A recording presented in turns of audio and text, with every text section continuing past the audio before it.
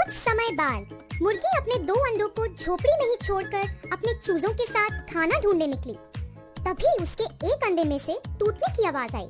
उसमें से एक प्यारा चूजा निकला। बेचारा चूजा अपनी माँ को ढूंढने लगा। वह बहुत दुखी हो गया। उसने सोचा कि अब मैं अपनी माँ को ढूंढूंगा और वह अपने पैरों को हिलाते हुए अपनी माँ की खोज में निकल पड़ा। अपनी झोपड़ी से बाहर निकलते ही उसे घास चरती गाय दिखती है। चूजा वे गाय को बहुत उत्सुकता से देखता है और कुछ ही देर में वे गाय चूजे से पूछती है कि तुम किसे ढूंढ रहे हो? मासूम सा चूजा बोला, क्या तुम मेरी माँ हो? गाय को दया आई और वह बोली, मुझे देखो, मैं कितनी बड़ी हूँ। तुम्हारी माँ तो मुझसे बहुत छोटी होगी। ओह, तो मेरी माँ आपसे छोटी है, चूजा बोला और अपनी माँ की खोज पर निकल पड़ा। कुछ देर बाद चूजे को एक घास खाती हुई बकरी दिखी। वह उस बकरी के पास जाता है और कहता है, तुम गाय से कद में छोटी हो, क्या तुम मेरी माँ हो? बकरी बोली, हाँ, मैं गाय से तो छोटी हूँ, मगर देखो, मेरे 4 पाँव हैं। तुम्हारी माँ के तुम्हारी तरह 2 पाँव और पंख हैं।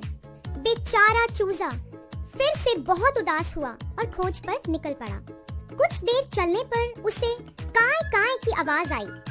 वह था एक कौवा। चूजे ने बकरी की कही बात याद की और कौवे से पूछा, तुम्हारे 2 पैर और पंख हैं, क्या तुम मेरी माँ हो?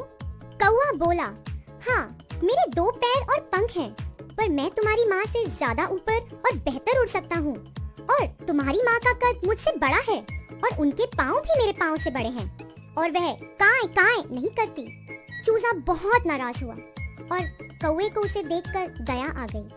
वह बोला, नाराज मत हो दोस्त, थोड़ा आगे जाओ, तुम्हें अपनी माँ मिल जाएंगी।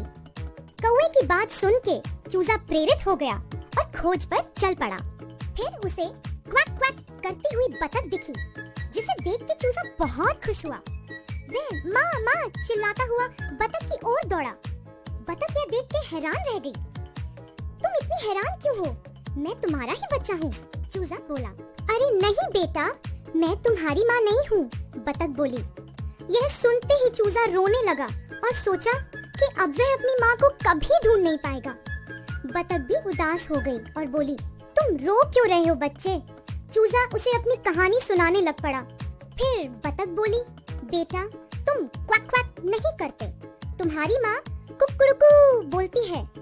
तभी एक कबूतर पेड़ पर बैठा यह सब सुन रहा था और उसने चूजे की मदद करने का सोचा और चूजे के पास आया। तुम इस तालाब के किनारे जाओ, वहाँ तुम्हें शायद अपनी माँ मिल जाए, कबूतर बोला। चूजा कबूतर की बात मानते हुए निकल पड़ा और कुछ ही देर में उसने कुकड़ुकू की आवाज सुनी। वह उस आवाज का पीछा करते हुए दौड़ा। फिर उसने एक मुर्गी को देखा, जिसके 2 पैर कौवे से बड़े थे और कुकड़ुकू भी सुना। उसने तो सोच लिया कि ये उसी की माँ है और माँ माँ पुकारता हुआ भागा। मुर्गी ने ये सब सुना और अपने चूजे को पहचान लिया। उसने चूजे को अपनी ओर आने को कहा और उसे अपनी बाहों में ले लिया और वह उसे प्यार से संतुष्ट करने लगी। मुर्गी बोली, तुम इस झोपड़ी के बाहर क्यों गए? मैं तो सबके लिए खाना लेने गई थी। मुर्गी जानना चाहती थी कि वह